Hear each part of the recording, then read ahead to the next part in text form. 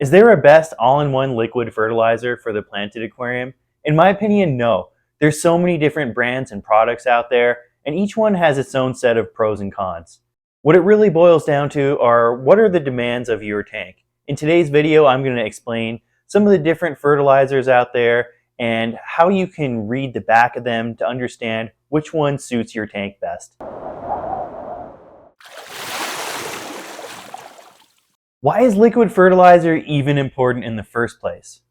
Well, plants need the proper nutrition to grow, and there's three different categories when it comes to nutrition. First is structural, second is macro, third is micro.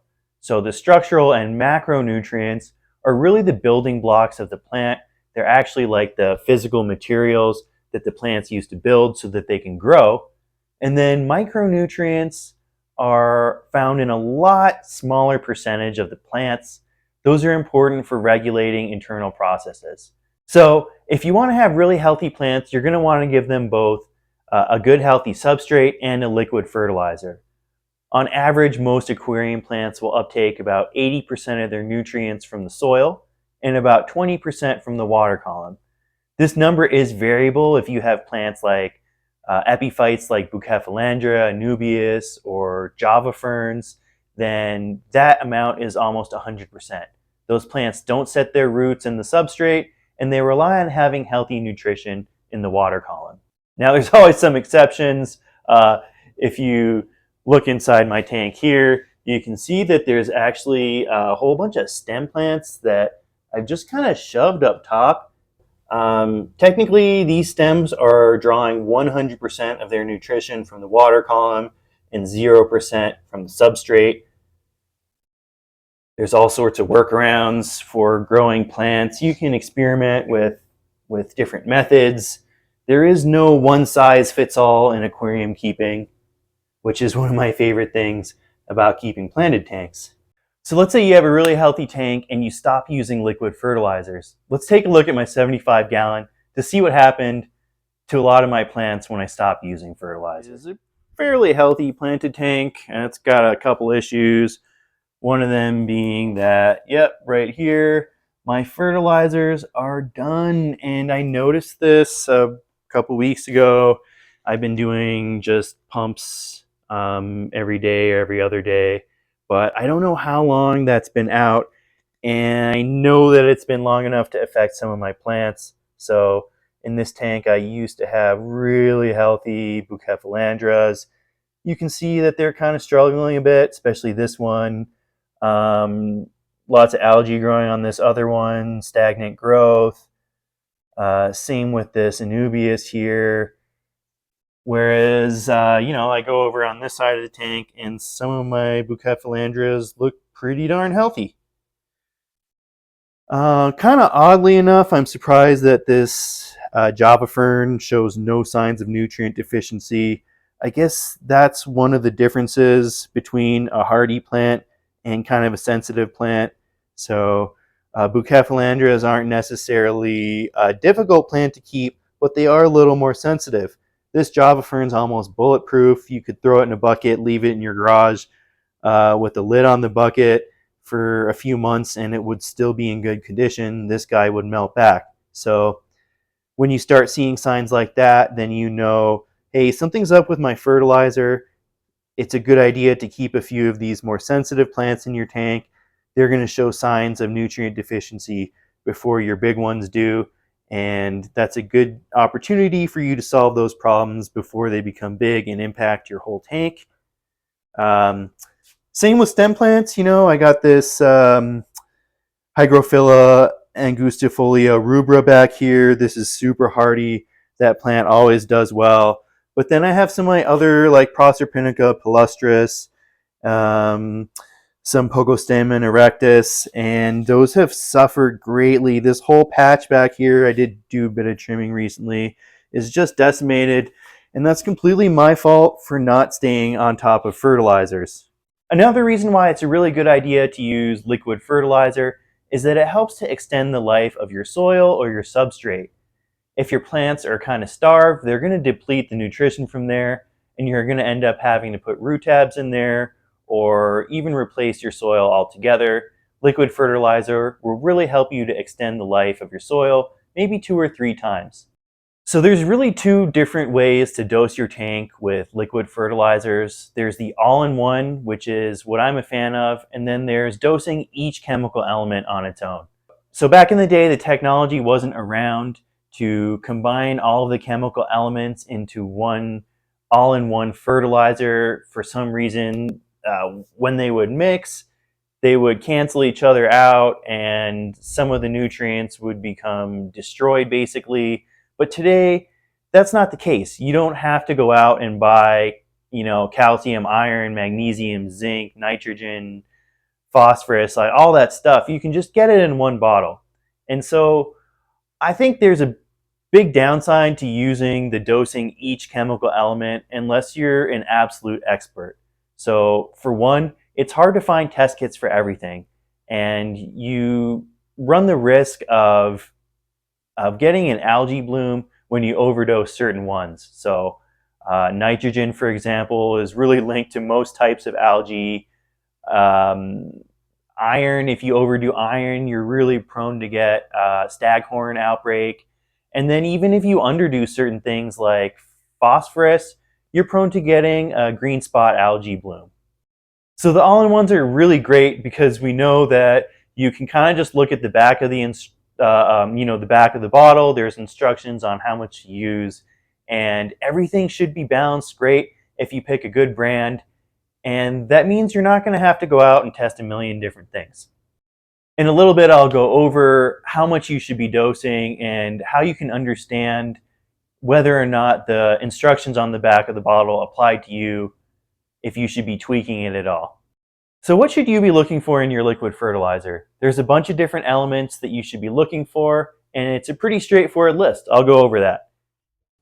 The structural elements for plants are carbon, hydrogen, and oxygen, and those are taken from both water and carbon dioxide.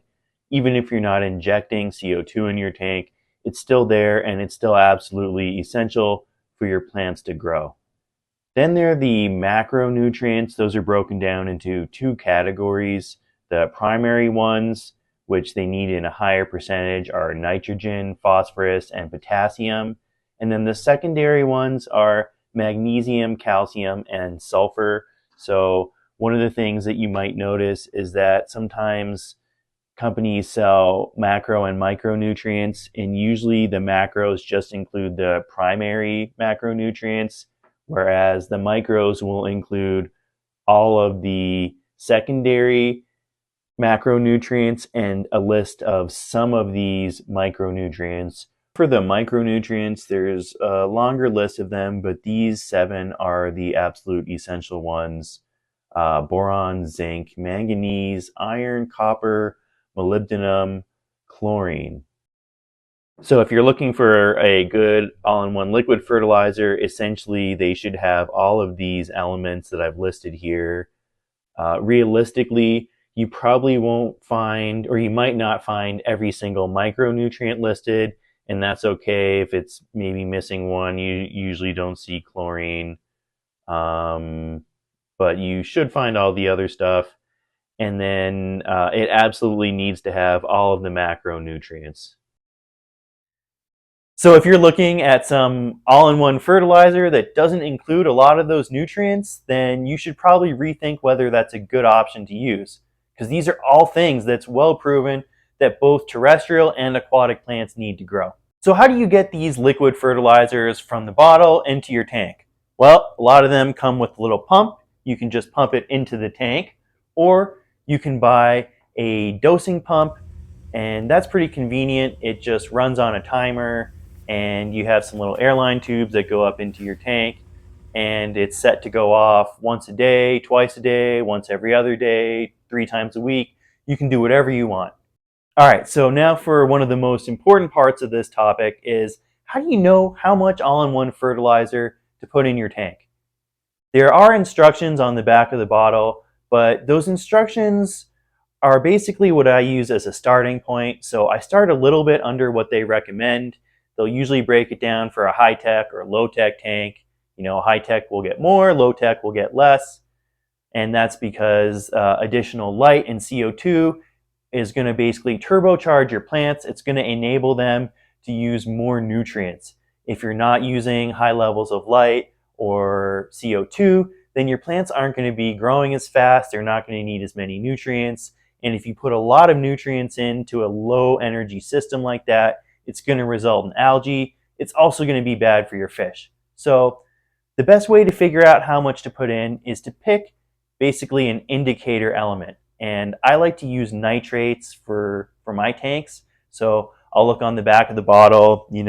This one here, it says for highlighting tanks, dose 3 times a week. And then it's basically 1 pump per 10 gallons. So, that's 2 milliliters per 10 gallons, 3 times a week. I would do the math, add all that up. And let's say we were supposed to be doing 70 milliliters a week. I would break that down and be doing 10 milliliters a day, because it's better to give your plants a little bit divvied out throughout the week rather than dosing them heavy at once. So when there's a ton of nutrients that enter a tank all at once, you run the risk of getting algae, and then by the end of the week, when those nutrients are depleted, algae is going to be competing with the plants for nutrients. Whereas if you add a little bit in at a time, doing 1 dose a day, 1 small dose, your plants are actually better able to outcompete algae for those nutrients. So there's really never a period where your plants are hungry. It doesn't have to be an all or nothing situation. Divvy it out throughout the week. Now, in order to find how much to be adding in, I would take whatever the bottle says and start with a little bit under that level. And then test your nitrates. So if you feed your plants in the morning, then right before you're ready to do your next feeding the following day, test your nitrates. If all of your nitrates are depleted, then chances are you need more fertilizer. So slowly up that fertilizer. You want to be shooting for around 5 to 20 parts per million. If plants are getting under 5 parts per million, that's called lean dosing. And a lot of people who are looking to bring out the red colors in their plants will go for a lean dosing system. And then there's another method where you give your plants a lot more nutrients than they need. That's called estimative indexing. So we're just estimating, the plants need this much, let's blast them with that much. And so the advantage to this is if you have a really jungly tank with lots of stem plants and mature Java ferns, your tank's probably going to be uptaking a ton of nutrients, and you don't really want to cut it close. So just give them a ton of nutrients, and then every week you're doing a 50% water change. With the lean dosing, it's still a good idea to stay on top of your water changes, but it's not as important that you execute that 50% every week on the dot. Otherwise, your fish are going to basically get poisoned with nitrates. So the amount that you dose will vary greatly depending on the type of tank you have. Just make sure to stay on top of testing your nitrates. If the nitrates go too high, ease off on your fertilizer. If the nitrates are too low, then bump them up a little bit. And beyond looking at your nitrates, you should be able to look at your plants and see if they look happy. If your epiphytes are starting to get holes in them, then that means they're not getting enough nutrients. If you're seeing algae forming on the edge of the leaves, then that's a sign that there's either not enough or maybe even too much. So how do you decide what the right brand and product are for you to use with regards to liquid fertilizer? Well, first of all, you should decide what your goal is. So I've already talked about micro and macronutrients, and you should think about how that relates to your tank. If you have small fish, like I do in this tank, that aren't producing much bio waste, and you have tons of big stem plants and Java ferns, it's really a mature tank, then you're probably going to need something that's heavy on both micro and macronutrients. If you have a tank that's full of all of those same dense plants I was talking about, a really big jungle, but you have a bunch of large fish, South American cichlids, for example, like angels or discus, then you don't want to be adding a ton of macronutrients in there. Besides the fact that you might run the risk of getting an algae bloom, discus and other species can be really sensitive to excess nutrients. So in that case, I would just get a macro bottle like this and a micro bottle and dose them separately. So I would kind of go with the instructions when it comes to the micros. And then with the macros, I'd use that method I was talking about before, where you're testing your nitrates and then going off of that, aiming to keep your nitrates below whatever level is appropriate for your fish, maybe 15 or 20 parts per million. As soon as you're dropping under a certain amount, you want to add some more macros in there. And the only way you're going to be able to figure that out is to test it yourself. So it's kind of a hassle in the beginning, I know, to test your water quality fairly often, but once you get an idea of how much your plants consume, then you can kind of put it on autopilot and just go with the routine you've set. So what are some of my favorite brands and products? I'll go over 3 or 4 of my favorite brands. I got them all laying out here. What I like about them, what I don't like about them. And also you should be aware that there's far more companies out there, and I'm not saying that these are the only products out there to use. These are just the ones that I have experience with, and I can tell you based off my firsthand experience, they're trustworthy brands that will yield good results. All right, so ALGAE is a terrific brand that I love. It's maybe one of the more affordable liquid fertilizers. And here are a few different types that I've used. This first one, ALGAE's Thrive Plus, is an all-in-one complete fertilizer that's intended for low pH systems. So you definitely don't want to use this if you have a basic tank, a high pH, because this will result in a lot of ammonia being produced as a byproduct. And now you can go on the back and look, there's the instructions, how much to use for how big of a tank, for high lighting, low lighting systems, and then it goes over all the nutrients. So you can break that down compared to the Thrive for high pH systems or basic tanks.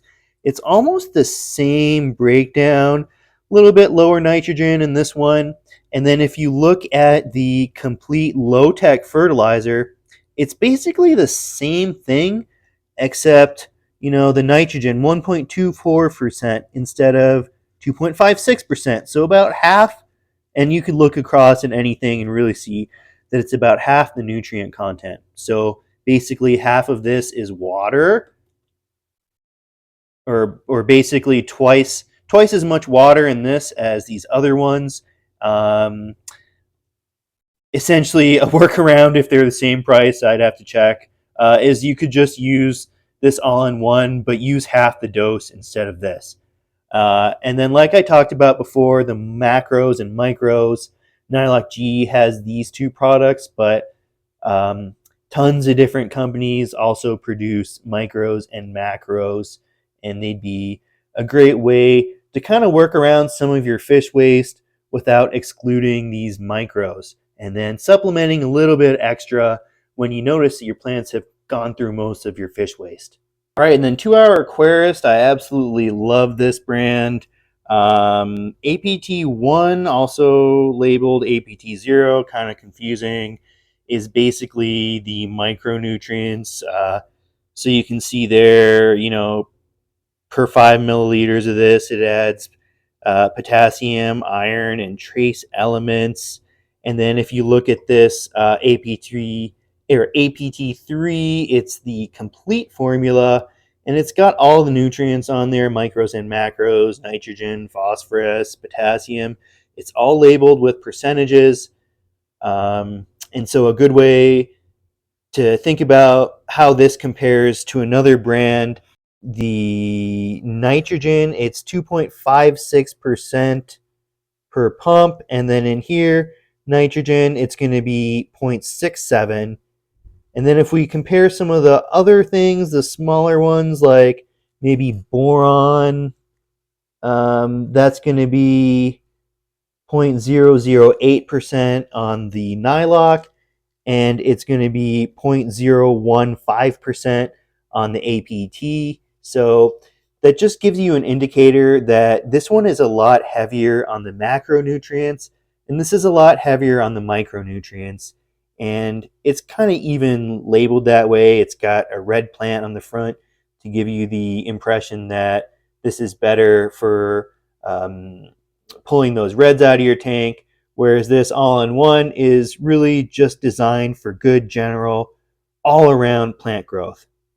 And then one last thing I wanted to go over, I made this table so that it would be easier to compare the different products. I put a lot of ALGAE stuff in there, just so that you could explore the difference between high tech and low tech, macros and micros. But a lot of brands will also offer those different lines of products, so you can kind of look around for yourself and see what you like. But it's a lot easier to compare things this way, having it right in front of you. You can see the prices along the bottom. Those are just rough prices, and it's the start of 2024, so naturally things will change over time, but this gives you a good idea. So if you let's start with leaf zone. If you live in the US, that's a popular one to find at your big box pet stores, and it's only got a couple elements in there. It's also super cheap, but that's why it's cheap. Seachem Flourish is also fairly cheap, but it's got all of the elements in there. It's got calcium, which a lot of the other brands don't have. And then one thing I noticed, because it applies to me, I use 2-Hour Aquarist and ALGAE mainly, and neither of them have calcium except for Thrive Plus, but since I have basic water, I don't use that. And so that brings up an interesting conversation point. Calcium is really important for your plants. It's an element that they absolutely need, but it's also present in a lot of tap water, especially if you have harder tap water. Where this could be an issue is if you have soft tap water, like where I live. If you live close to mountains, it usually tends to be softer. You're closer to the source of water, less time to pick up minerals, and the hardness just reflects the calcium and magnesium. So if you have soft water and you're using a fertilizer that doesn't have calcium or magnesium, then it's important that you either add that to your water with some GH powder, or you can use limestone. If you're using Cereus stone for your scape, then it's probably already covered. So go ahead and pause this for a minute if you want. I'm not going to beat it to death going over all the details, but you can kind of look over it and compare things for yourself. And then the last thing I did here was I put some color chart over it, because I'm a visual person and helps me to see what are the fertilizers that are coming in with low concentrations, medium, high, and high. This gives you an idea. If you're spending a lot on a fertilizer, but there's also a lot of nutrition in it, then maybe it makes sense. I guess I'm just saying, don't just look at the price and assume it's cheaper. The quality is often reflected in that as well.